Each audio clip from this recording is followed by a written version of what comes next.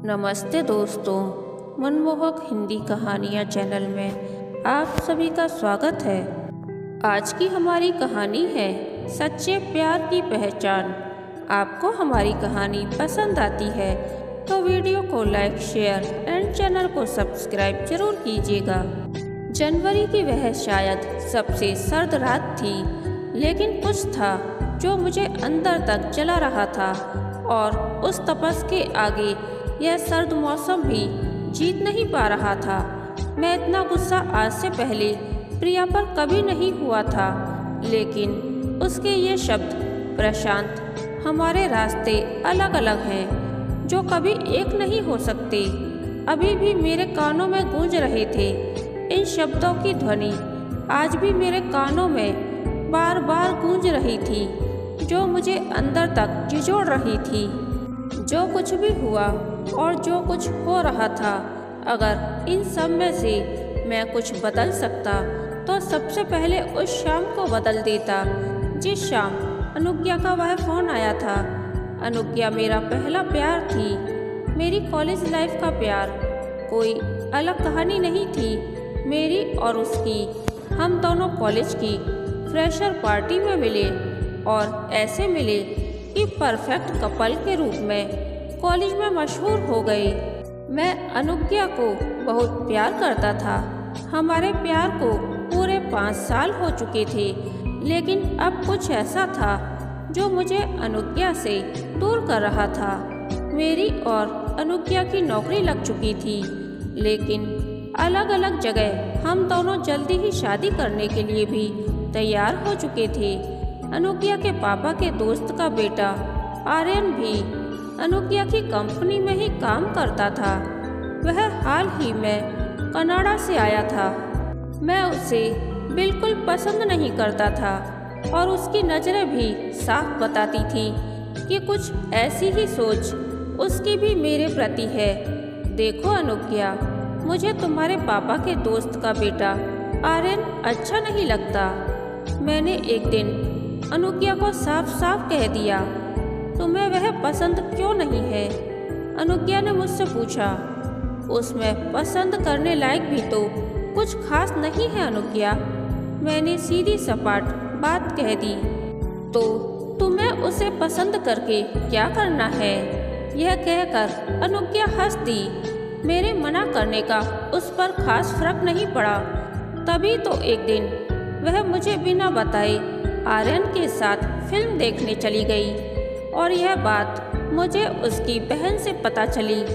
मुझे छोटी छोटी बातों पर बहुत जल्दी गुस्सा आ जाता है, शायद इसीलिए उसने यह बात मुझसे छिपाई।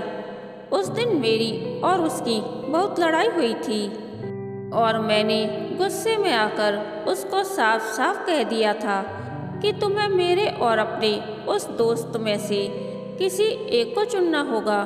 प्रशांत, अभी तो हमारी शादी भी नहीं हुई है और तुमने अभी से मुझ पर अपना हुक्म चलाना शुरू कर दिया है। मैं कोई पुराने जमाने की लड़की नहीं हूँ कि तुम कुछ भी कहोगे और मैं मान लूँगी। मेरी भी खुद की अपनी लाइफ है और खुद के अपने दोस्त, जिन्हें मैं तुम्हारी मर्जी से नहीं बदलूंगी। सीधे तौर पर ना सही, लेकिन कहीं ना कहीं उसने मेरे और आर्यन में से आर्यन की तरफदारी कर मुझे एहसास करा दिया कि वह उससे अपनी दोस्ती बनाए रखेगी। अनुज्ञा और मैं हम उम्र थे। उसका और मेरा व्यवहार भी बिल्कुल एक जैसा था। मुझे लगा कि अगले दिन अनुज्ञा खुद फ़ोन करके माफ़ी मांगेगी और जो हुआ उसको भूल जाने को कहेगी, लेकिन मैं गलत था। अनुज्ञा की उस दिन के बाद से आर्यन से नज़दीकियाँ और बढ़ गई। मैंने भी अपनी ईगो को आगे रखते हुए कभी उससे बात करने की कोशिश ही नहीं की और उसने भी बिल्कुल ऐसा ही किया। उसको लगता था कि मैं टिपिकल मर्दों की तरह उस पर अपना फैसला थोप रहा हूँ, लेकिन मैं उसके लिए अच्छा सोचता था और मैं नहीं चाहता था कि जो लोग अच्छे नहीं हैं वे उसके साथ रहें। एक दिन उसकी सहेली ने बताया कि उसने साफ कह दिया है कि जो इंसान उसको समझ नहीं सकता, उसकी भावनाओं की कद्र नहीं कर सकता, वह उसके साथ अपना जीवन नहीं बिता सकती। अनुज्ञा और मेरे रास्ते अब अलग अलग हो चुके थे। मैं उसे कुछ समझाना नहीं चाहता था और वह भी कुछ समझना नहीं चाहती थी। मुझे बस हमेशा यह उम्मीद रहती थी कि अब उसका फ़ोन आएगा और एक माफ़ी से सब कुछ पहले जैसा हो जाएगा। लेकिन शायद कुछ चीज़ें बनने के लिए बिगड़ती हैं और कुछ बिगड़ने के लिए बनती हैं। हमारी कहानी तो शायद बिगड़ने के लिए ही बनी थी। 5 साल का प्यार और साथ सब कुछ खत्म सा हो गया था। मेरे घर में अब मेरे रिश्ते की बात चलने लगी थी, लेकिन किसी और लड़की से। माँ मुझे रोज़ नए नए रिश्तों के बारे में बताती थी, लेकिन मैं हर बार कोई ना कोई बहाना या कमी निकालकर मना कर देता था। मुझे भीड़ में भी अकेलापन महसूस होता था।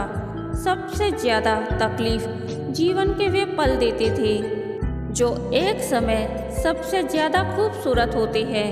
वे जितने मीठे पल होते हैं, उनकी यादें भी उतनी ही कड़वी होती हैं। धीरे धीरे वक्त बीतता गया। मेरे साथ आज भी बस अनुज्ञा की यादें थी। मुझे क्या पता था आज मैं किसी से मिलने वाला हूँ। आज मैं प्रिया से मिला। हम दोनों की मुलाकात मेरे दोस्त की शादी में हुई थी। साधारण नैन नक्श वाली प्रिया शादी में बिना किसी की परवाह किए सबसे ज़्यादा डांस कर रही थी। 21-22 साल की वह लड़की हरकतों से एकदम 10-12 साल की बच्ची लग रही थी। बेटा, तुम्हारी गाड़ी में जगह है? मेरे जिस दोस्त की शादी थी उसकी मम्मी ने आकर मुझसे पूछा। हाँ आंटी, क्यों? मैंने पूछा। तो ठीक है, कुछ लड़कियों को तुम अपनी गाड़ी में ले जाना। दरअसल बस में बहुत लोग हो गए हैं, तुम घर के हो तो तुमसे पूछना ठीक समझा। सजी धजी 3 लड़कियां मेरी कार में पीछे की सीट पर आकर बैठ गईं। एक मेरे बराबर वाली सीट पर आकर बैठ गई। मेरे यह कहने से पहले कि सीट बेल्ट बांध दो, उसने बड़ी फुर्ती से बेल्ट बांध ली। वे सब अपनी बातों में मशगूल हो गईं। मुझे ऐसा एहसास हो रहा था जैसे मैं इस कार का ड्राइवर हूँ, जिससे बात करने में किसी को कोई दिलचस्पी नहीं थी। तभी प्रिया ने मुझसे पूछा, आप रजत भैया के दोस्त हैं ना? जी, मैंने बस इतना ही उत्तर दिया। ना तो इससे ज़्यादा हमारी कोई बात हुई और ना ही मुझे कोई दिलचस्पी थी। आजकल के हाईटेक युग में जिससे आप आमने सामने बात करने से हिचकें, उसके लिए टेक्नोलॉजी ने एक नया नुस्खा कायम किया है जो आज के समय में काफ़ी कारगर है, और वह है चैटिंग। प्रिया ने मुझे फेसबुक पर रिक्वेस्ट भेजी और मैंने भी स्वीकार कर ली। हम दोनों धीरे धीरे अच्छे दोस्त बन गए। बातों बातों में उसने मुझे बताया कि उसे अपने कॉलेज के सेमिनार में एक प्रोजेक्ट बनाना है। मैंने कहा, तो ठीक है, मैं तुम्हारी मदद कर देता हूँ। इतने सालों बाद मैंने उसके लिए दोबारा पढ़ाई की थी, उसका प्रोजेक्ट बनवाने के लिए। कभी वह मेरे घर आ जाया करती थी तो कभी मैं उसके घर चला जाता। दरअसल वह अपने कॉलेज की पढ़ाई की वजह से रजत के घर ही रहती थी।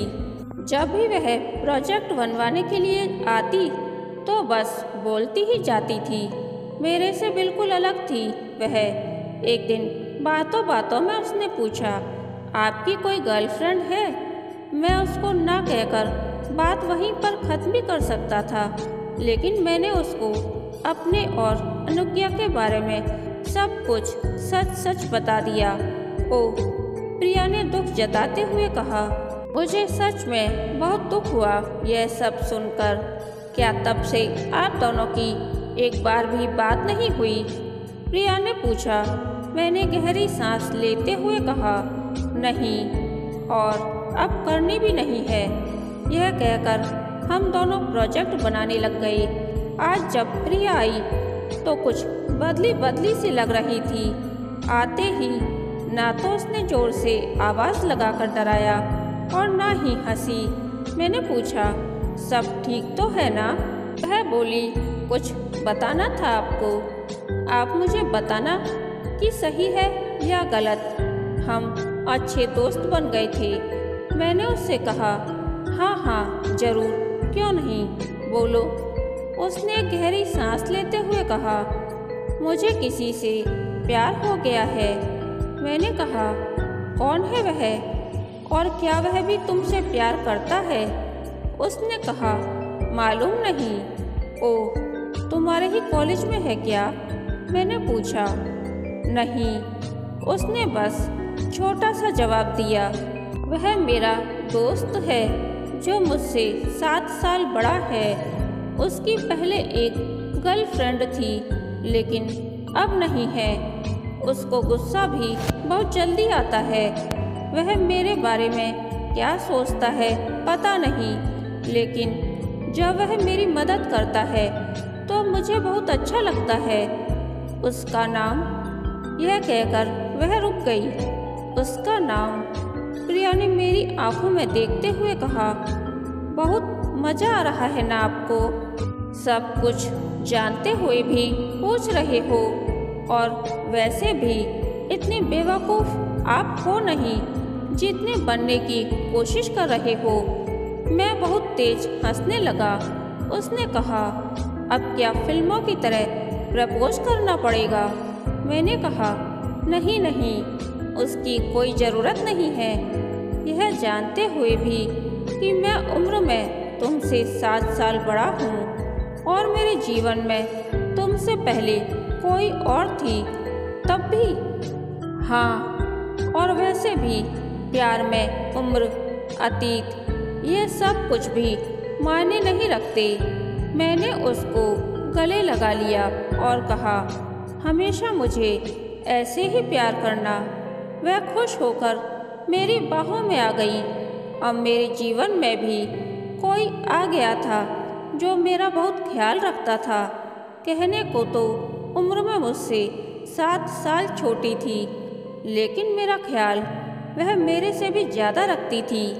हम दोनों आपस में सारी बातें शेयर करते थे। अब मैं खुश रहने लगा था। उस शाम मैं और प्रिया साथ ही थे जब मेरा फ़ोन बजा। फ़ोन पर दूसरी तरफ से एक बहुत धीमी लेकिन किसी के रोने की आवाज़ ने मुझे अंदर तक हिला दिया। वह कोई और नहीं बल्कि अनुज्ञा थी। वह अनुज्ञा जिसको मैं अपना अतीत समझकर भुला चुका था, या फिर प्रिया के प्यार के आगे उसको भूलने की कोशिश कर रहा था। हेलो, कौन? मैं अनुज्ञा बोल रही हूँ प्रशांत। अनुज्ञा ने कहा, आज इतने दिन बाद तुम्हारा फ़ोन। इससे आगे मैं और कुछ कहता वह बोल पड़ी, तुमने तो मेरा हाल भी जानने की कोशिश नहीं की। क्या तुम्हारा अहंकार हमारे प्यार से बहुत ज़्यादा बड़ा हो गया था? तुमने भी तो एक बार फ़ोन नहीं किया। तुम्हें आज़ादी चाहिए थी, कर तो दिया था मैंने तुम्हें आज़ाद। फिर अब क्या हुआ? तुम यही चाहते थे ना कि मैं तुमसे माफ़ी मांगूं। लो, आज मैं तुमसे माफ़ी मांगती हूँ। लौट आओ प्रशांत मेरे लिए। मुझे अपनी गलती का एहसास हो गया है। मैं बस उसकी बातों को सुने जा रहा था बिना कुछ कहे, और प्रिया उतनी ही बेचैनी से मुझे देखे जा रही थी। मुझे तुमसे मिलना है, अनुज्ञा ने कहा, और बस इतना कहकर अनुज्ञा ने फ़ोन काट दिया। क्या हुआ? किसका फ़ोन था? प्रिया ने फ़ोन कट होते ही पूछा। कुछ देर के लिए तो मुझे कुछ भी समझ नहीं आ रहा था। प्रिया के दोबारा पूछने पर मैंने धीमी आवाज़ में कहा, अनुज्ञा का फ़ोन था। ओह, तुम्हारी गर्लफ्रेंड का? प्रिया ने कहा। मैंने प्रिया से अब तक कुछ छिपाया नहीं था, और अब भी मैं उससे कुछ छिपाना नहीं चाहता था। मैंने सब कुछ उसको सच सच बता दिया। सारी बात सुनने के बाद प्रिया ने कहा, मुझे लगता है आपको एक बार अनुज्ञा से जरूर मिलना चाहिए। आखिर पता तो करना चाहिए कि अब वह क्या चाहती है, यह जानते हुए भी कि वह मेरा पहला प्यार थी। प्रिया ने मुझे उससे मिलकर आने की इजाज़त और सलाह दी। अगले दिन मैं अनुज्ञा से मिला और अनुज्ञा ने मुझे देखकर कहा, तुम बिल्कुल नहीं बदले, अब भी ऐसे ही लग रहे हो जैसे कॉलेज में लगा करते थे।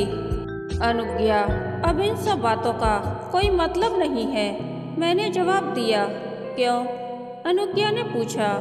कोई आ गई है क्या तुम्हारे जीवन में? हाँ, और उसको सब पता है। उसी के कहने पर मैं यहाँ तुमसे मिलने आया हूँ। क्या तुम उसे भी उतना ही प्यार करते हो जितना मुझे करते थे? क्या तुम उसको मेरी जगह दे पाओगे? मैं शांत रहा। मैंने धीरे से कहा, हाँ, वह मुझे बहुत प्यार करती है। ओह, तो इसीलिए तुम मुझसे दूर जाना चाहते हो? मुझसे ज़्यादा खूबसूरत है क्या वह? अनुज्ञा, मैं गुस्से में वहाँ से उठकर चल दिया। मुझे लग रहा था कि अब वह वापस क्यों आई। अब तो सब ठीक होने जा रहा था। उस रात मुझे नींद नहीं आई। एक तरफ वह थी जिसको कभी मैंने बहुत प्यार किया था, और दूसरी तरफ वह जो मुझको बहुत प्यार करती थी। अगली सुबह मैं प्रिया के घर गया तो वह कुछ उदास थी। उसने मुझसे कहा, मुझे लगता है कि हम एक दूसरे के लिए नहीं बने हैं और हमारे रास्ते अलग हैं। यह कहकर वह चुपचाप ऊपर अपने कमरे में चली गई। मुझे अपने कानों पर विश्वास नहीं हो रहा था कि इतना प्यार करने वाली लड़की इस तरह की बातें कैसे कर सकती है। अनुज्ञा का फ़ोन आते ही मैं अपने ख्यालों से बाहर आया। मुझे प्रिया पर बहुत गुस्सा आ रहा था। अनुज्ञा, इस समय मेरा बात करने का बिल्कुल मन नहीं है। मैं तुमसे बाद में बात करता हूँ। मेरे फ़ोन रखने से पहले ही अनुज्ञा बोली, क्यों, क्या हुआ? अनुज्ञा, मैं प्रिया को लेकर पहले से ही बहुत परेशान हूँ। मैंने कहा, वह अभी भी बच्ची है, शायद इन सब बातों का मतलब नहीं जानती, इसीलिए कह दिया होगा। उसके इतना कहते ही मैंने फ़ोन रख दिया और उसी समय प्रिया के घर के लिए निकल गया। मैंने प्रिया के घर के बाहर पहुंचकर प्रिया से कहा, सिर्फ एक बार मेरी खुशी के लिए बाहर आ जाओ। प्रिया ना नहीं कर पाई और मुझे पता था कि वह ना कर भी नहीं सकती, क्योंकि बात मेरी खुशी की जो थी। प्रिया की आंखों में आंसू थे। मैंने प्रिया को गले लगा लिया और कहा, पगली, मेरे लिए इतना बड़ा बलिदान करने जा रही थी। प्रिया ने चौंक कर मेरी तरफ देखा। तुम मुझसे झूठ बोलने की कोशिश भी नहीं कर सकती। अब यह तो बताओ कि अनुज्ञा ने क्या कहा तुमसे मिलकर? प्रिया ने रोते हुए कहा। अनुज्ञा ने कहा कि अगर मैं तुमसे प्यार करती हूँ और तुम्हारी खुशी चाहती हूँ तो मैं तुमसे कभी न मिलूं, क्योंकि तुम्हारी खुशी उसी के साथ है। यह कहकर प्रिया फूट फूट कर रोने लगी। मैंने उसका हाथ अपने हाथ में लेते हुए कहा, ओह मेरा बच्चा, मेरे लिए इतना बड़ा बलिदान करना चाहता था। इतना प्यार करती हो तुम मुझसे। उसने एक छोटे बच्चे की तरह कहा, इससे भी ज़्यादा। मैंने उसको हंसाने की कोशिश करते हुए कहा, कितना ज़्यादा? वह मुस्कुरा दी। लेकिन तुम्हें कैसे पता चला कि वह मुझसे मिली? क्या उसने तुम्हें बताया? नहीं, मैंने कहा। फिर प्रिया ने पूछा। मैंने जोर से हंसते हुए कहा, उसने तुम्हें बच्ची बोला, इसीलिए। इतने में ही मेरा फ़ोन दोबारा बजा। वह अनुज्ञा का फ़ोन था। मैंने अपने फ़ोन को काटकर मोबाइल स्विच ऑफ कर दिया और प्रिया को गले लगा लिया। सच्चा प्यार करने वाला वही होता है जो अपने प्रेमी की खुशी के लिए अपनी हर खुशी कुर्बान कर दे। और यह काम मेरे लिए प्रिया ने किया था। बिना कुछ कहे, बिना ही मेरा फैसला अनुज्ञा तक पहुंच गया था। कहानी के अंत तक बने रहने के लिए धन्यवाद। यह कहानी आपको कैसी लगी प्लीज़ कमेंट करके बताइए।